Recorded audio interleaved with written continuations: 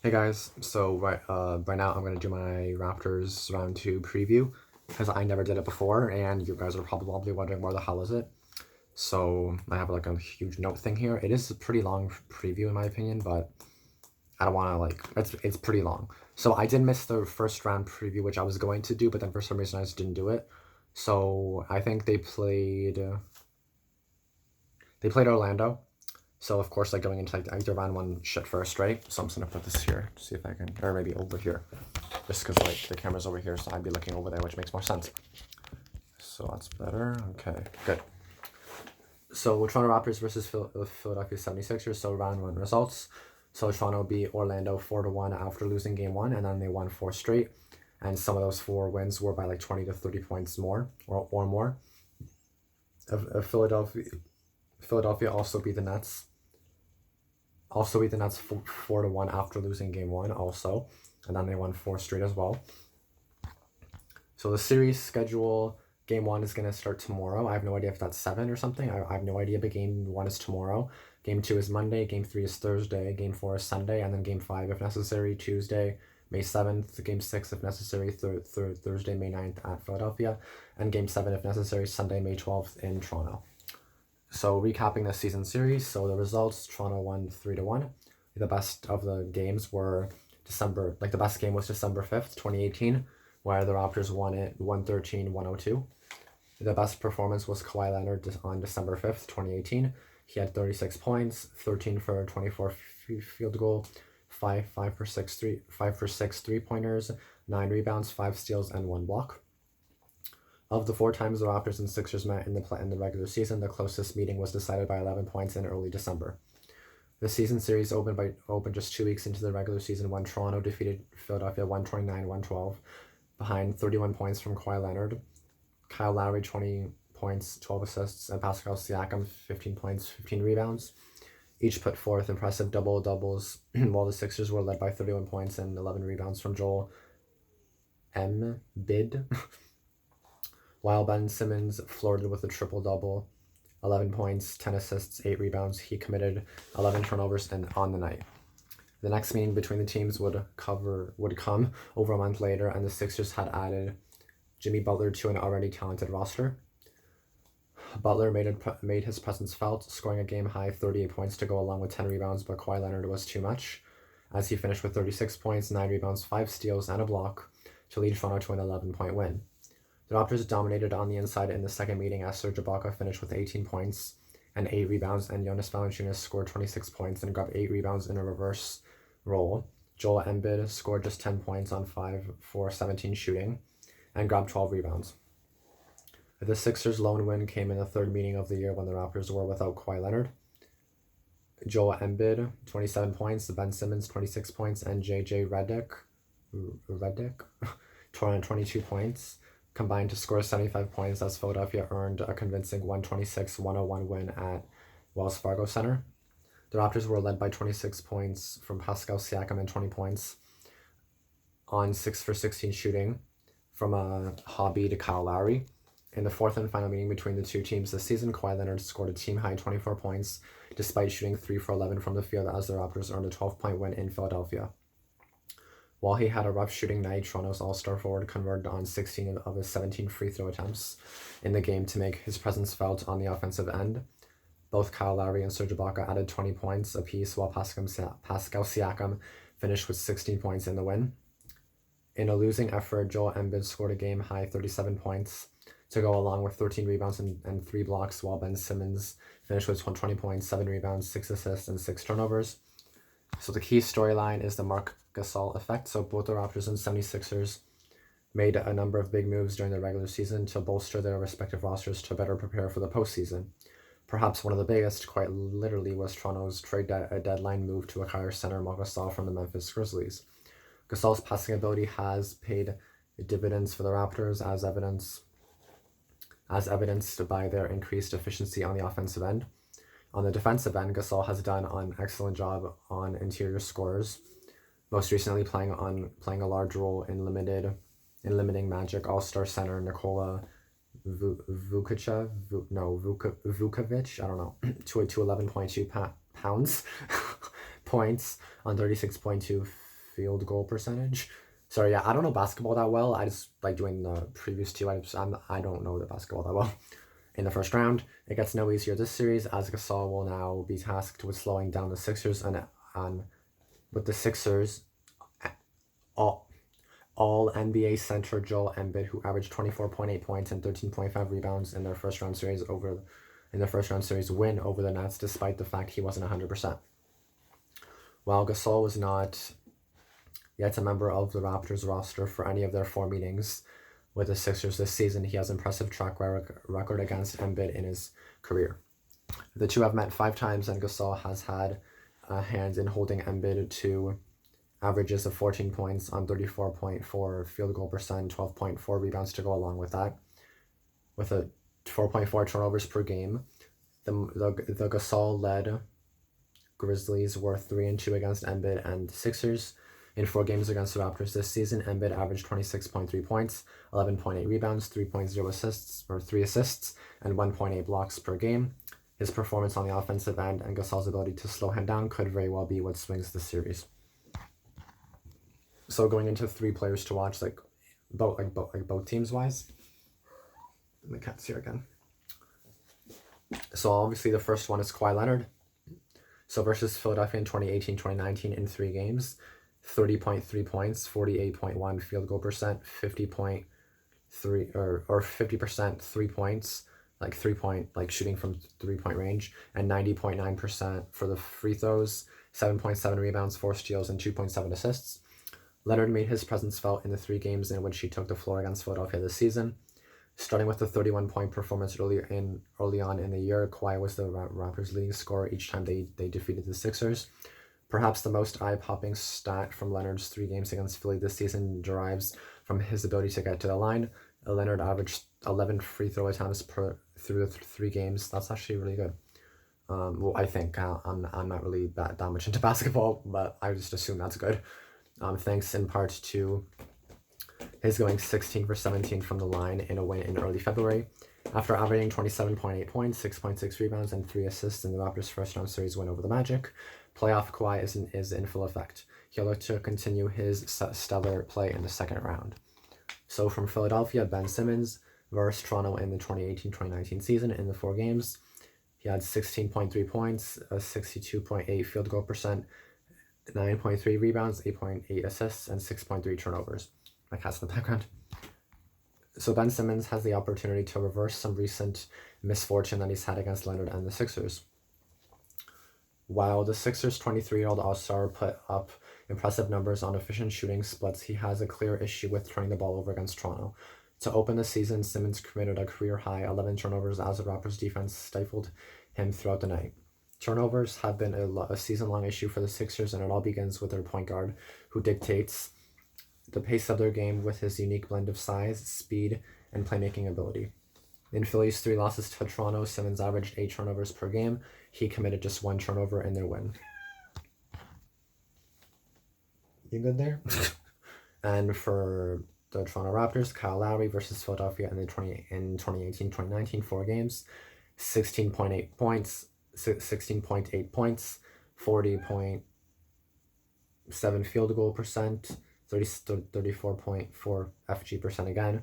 I'm assuming that's 3-pointers, 6.8 assists, 3.5 rebounds, and 1.8 steals. There's no question that Lowry, a proud native of North Philly, will be amped up for an opportunity to play postseason basketball in his hometown.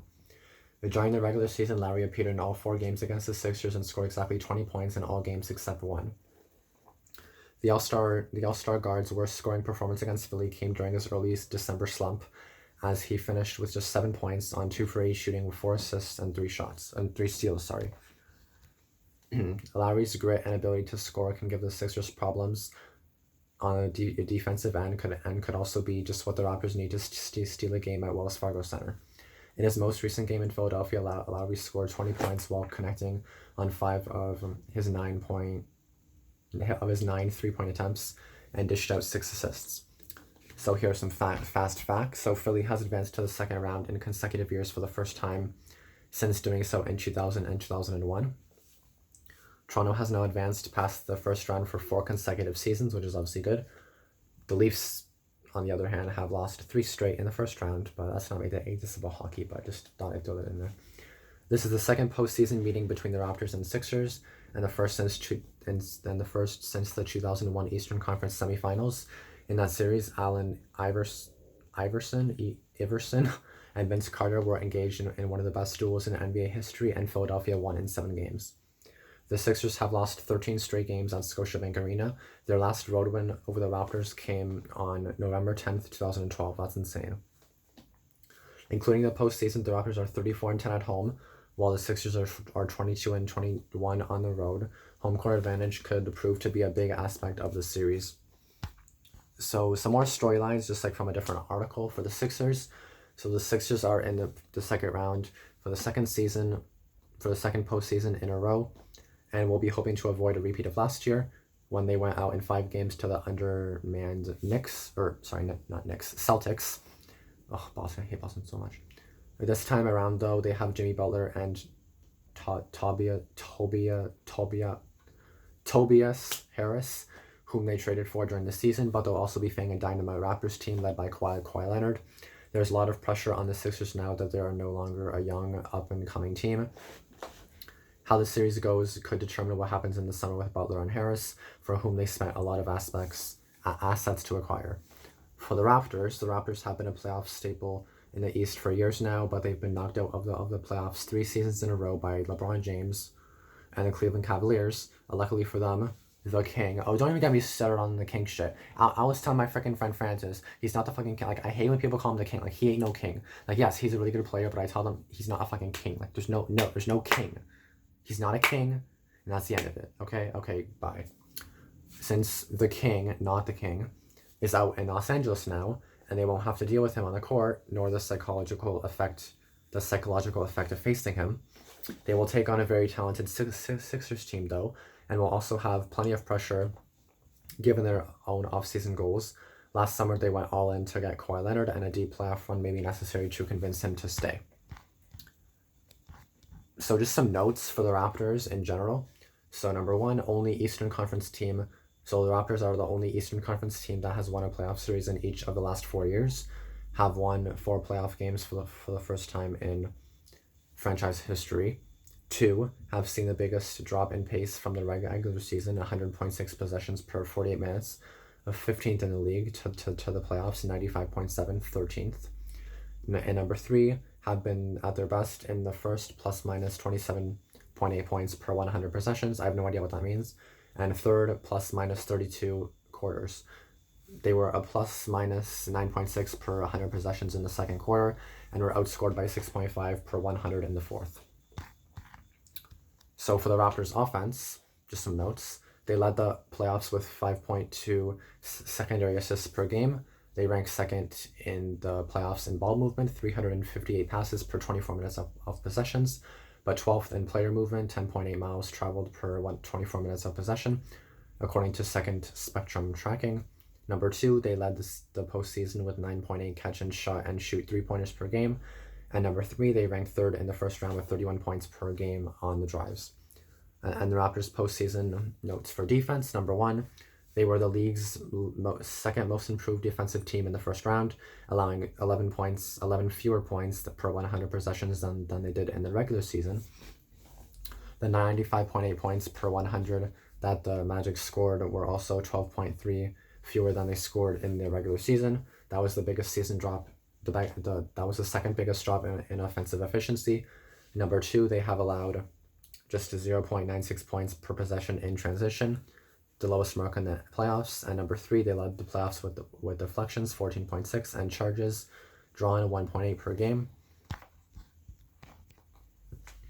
And now for the Sixers, just some postseason notes in general. Number 1, their series with the Nets was the second fastest paced series, 105.6 per possessions per team for 48 minutes in the 23 years for which we have play-by-play data. Number 2, only team this year that has won a first-round series while being outscored from 3-point range. And then over 5 games, the Sixers made 10 fewer 3-pointers than Brooklyn. I think my mom's gone home.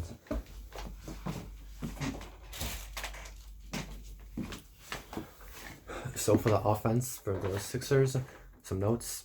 So they were the league's third most improved offensive team in the first round, scoring 4.2 more points per 100 possessions than they did in the regular season. They had the most efficient game of the postseason thus far when they scored 145 points on 105 possessions in Game 2. Number 2, they rank second in the playoffs in ball movement, 358 passes per 24 minutes of possessions, and 12th in player movement, 10.8 miles traveled per 24 minutes of possession. They ranked first in both in last year's postseason. 3, they led the postseason with 58.4 points in the paint per game and 19 second chances and second chance points per game. And number 4, have taken 28.8% of their shots from 3-point range, the second lowest rate in the playoffs, and down from 34.2%, 18th in the regular season. That is the second biggest drop among playoff teams. So now for their defense, so Brooklyn averaged 60.8 drives and 33.2 points scored off drives per game. Both were the highest marks in the first round. Number 2, the Nets took 54% of their shots, the postseason's highest rate in the paint, but they shot just 48%, the postseason's second worst mark on those paint shots. And number 3, though they were outscored from 3-point range overall, the Sixers allowed Brooklyn to make just 5 corner threes, fewest in the first round. So now going into my prediction, I'm just going to say Raptors in 5 or 6 because Toronto is really good at home and they have home court obviously, so I do see the Raptors winning maybe. I feel like they could lose 1 at home, but I feel like they're really good at home, so I feel like it could be this.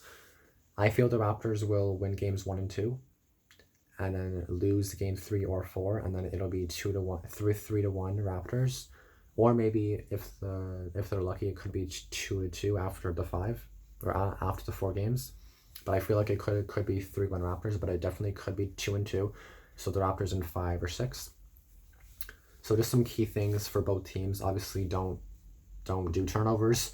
You obviously have to make your shots, make them count, make good, get your rebounds. Obviously, get high percentage shots, get yourself to the line. For the Raptors, they obviously have to contain the good players of Philly, which I don't know who they are, and then obviously the Phillies or Philly has to contain Leonard, because obviously he's a beast. So I've been told that he's he's a really good playoff person. So yeah. So I do think the Raptors will easily probably take this in 5 or 6. I don't think there's any doubt that the Raptors will win.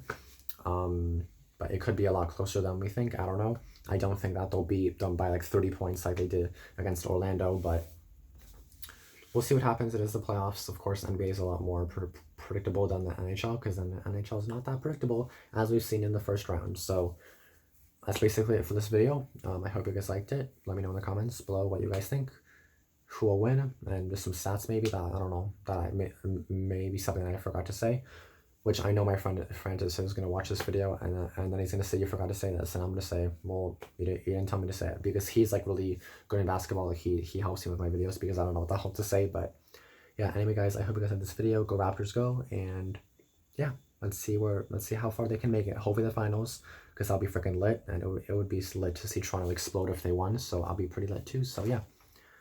Anyways, that's basically it for this video. So hope you guys liked it. Like, comment, subscribe, and peace.